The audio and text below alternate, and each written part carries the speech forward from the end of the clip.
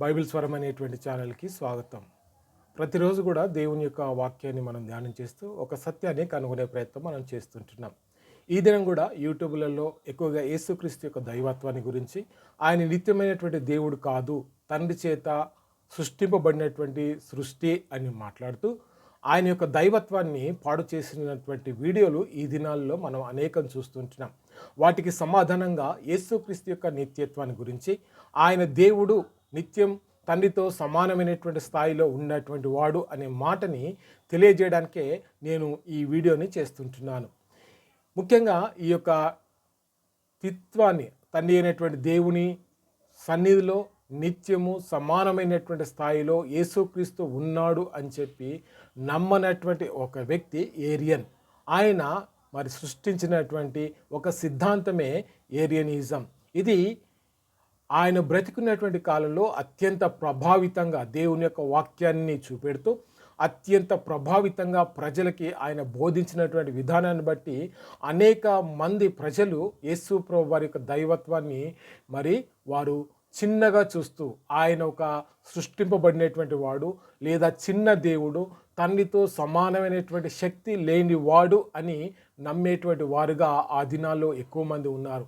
అయితే అదే సిద్ధాంతం ఈనాడు అనేక రూపకాలుగా యెహోవా సాక్షుల రూపంలో లేదా మార్మోన్స్ రూపంలో మరి సెవెంత్ డే అడ్వెంటిస్ట్ వారి రూపంలో ఈ దినాల్లో అనేకమైనటువంటి తప్పుడు బోధలు సంఘాలలోకి వచ్చి సంఘంలో క్రీస్తు యొక్క దైవత్వాన్ని పాడు చేసే రీతిగా ఉన్నాయి.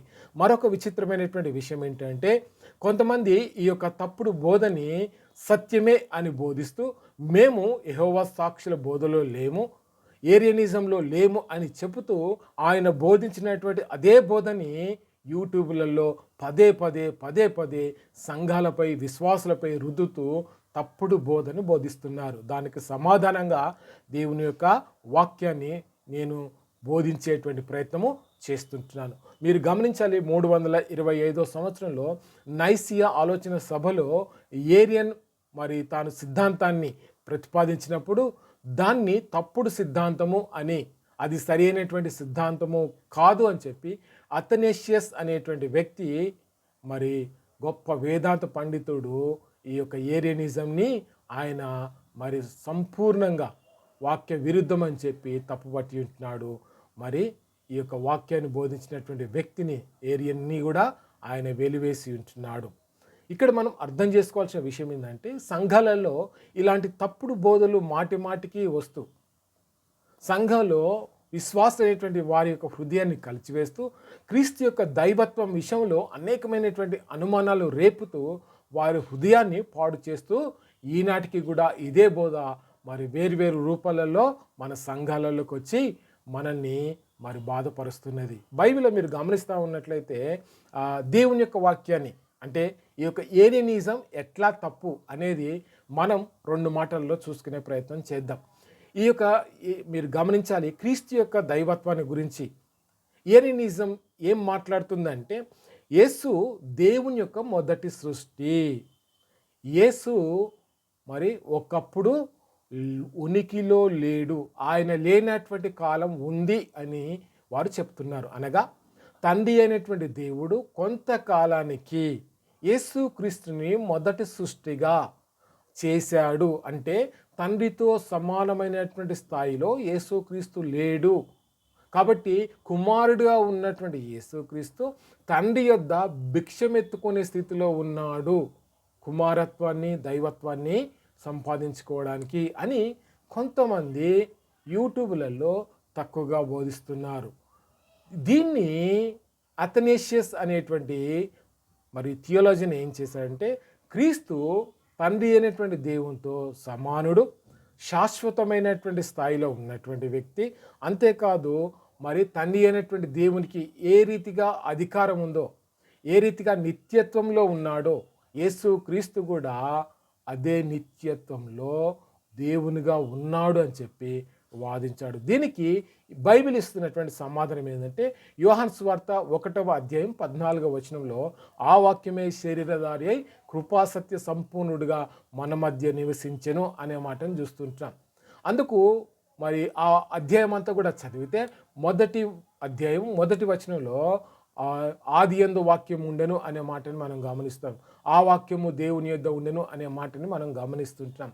యొద్ద అనేటువంటి మాట తెలుగులో సరైనటువంటి అర్థాన్ని ఇయ్యట్లేదు కానీ గ్రీకులో మీరు గమనిస్తే మరి ఆ వాక్యము తర్వాత దేవుడు ఎదురెదురుగా ఉన్నారు, సమానమైనటువంటి స్థాయిలో ఉన్నారు అనే మాటని అక్కడ రాసి ఉంటున్నారు.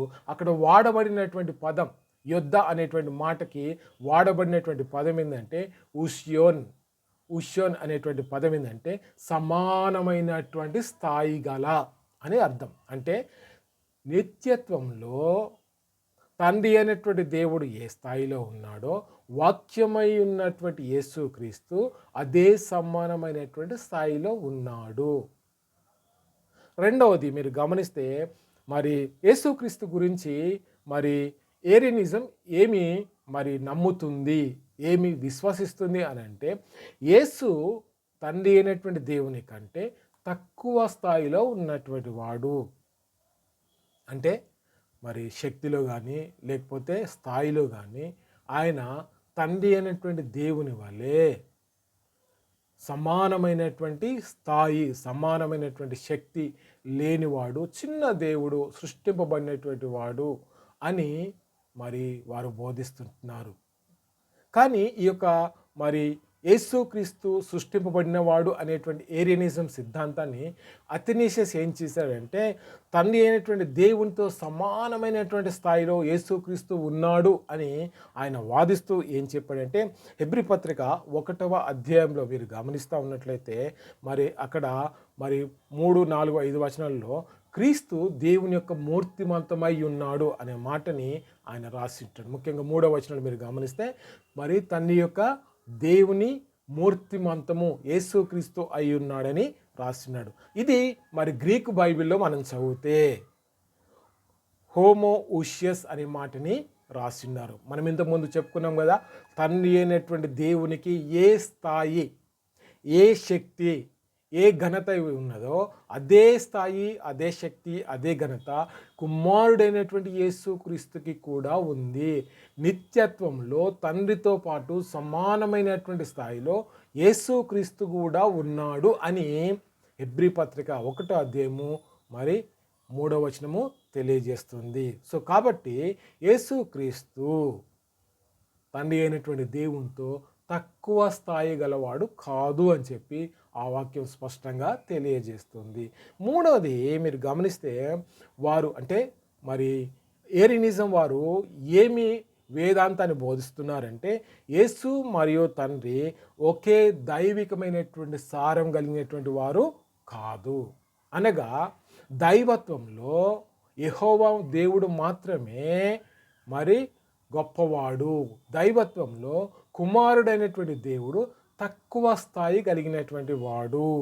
కుమారుడు తండ్రి అయినటువంటి దేవునితో దైవత్వంలో సమానమైనటువంటి స్థాయికి కలవాడు కాదు అని చెప్పి ఏరియనిజం నమ్ముతుంది.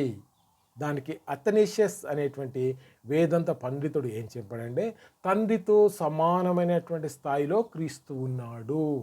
దానికి ఏంటి ఆధారం అంటే యోహాను సువార్త 10వ అధ్యాయము 30వ వచనంలో మీరు గమనిస్తే తండ్రియు నేనును ఏకమై ఉన్నాము అని యేసుక్రీస్తు ప్రభువారే స్వయంగా మాట్లాడినటువంటి మాటని ఆధారం చేసుకుంటూ అక్కడ కూడా మీరు గమనిస్తే మరి దైవత్వంలో ఏకత్వము అనగా దేవునితో పాటు దైవత్వ సమానము యేసుక్రీస్తు కూడా కలిగి ఉన్నాడని చెప్పడానికి హెన్ అనేటువంటి పదాన్ని హెన్ అనేటువంటి హెచ్ఈఎన్ అనేటువంటి పదాన్ని వారు గ్రీకులో రాసి ఉంటారు. అనగా దాని అర్థం ఏంటంటే సమానమైనటువంటి సారము, సమానమైనటువంటి స్థితి యేసుక్రీస్తుకు కూడా ఉంది.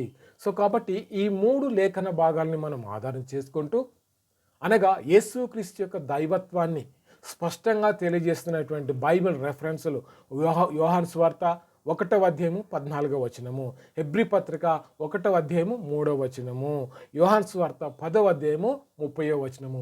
ఈ 3 లేఖన భాగాలు చెప్తున్నటువంటి సందేశం ఏంటంటే తండ్రితో సమానమైనటువంటి స్థాయి యేసుక్రీస్తుకి ఉంది. దైవత్వంలో కూడా ఇద్దరు సమానమే. ఇద్దరు కూడా మరి ఏకకాలంలో వారు దేవుడుగా ఉన్నారు. కాబట్టి యేసుక్రీస్తు సృష్టింపబడినటువంటి వాడు కాదు. యేసుక్రీస్తు చిన్న దేవుడు కాదు. కుమారుడైనటువంటి యేసుక్రీస్తు మరి భిక్షమెత్తుకునేటువంటి వాడు కాదు అని లేఖన భాగం స్పష్టంగా తెలియజేస్తుంది. కాబట్టి మరింత లోతుగా దేవుని యొక్క వాక్యాన్ని చదువుతూ సత్యాన్ని అర్థం చేసుకుంటూ ఆత్మీయంగా ఎదగడానికి మనము ప్రయత్నము చేద్దాం. దేవుడి వాక్యం దీవించుగాక.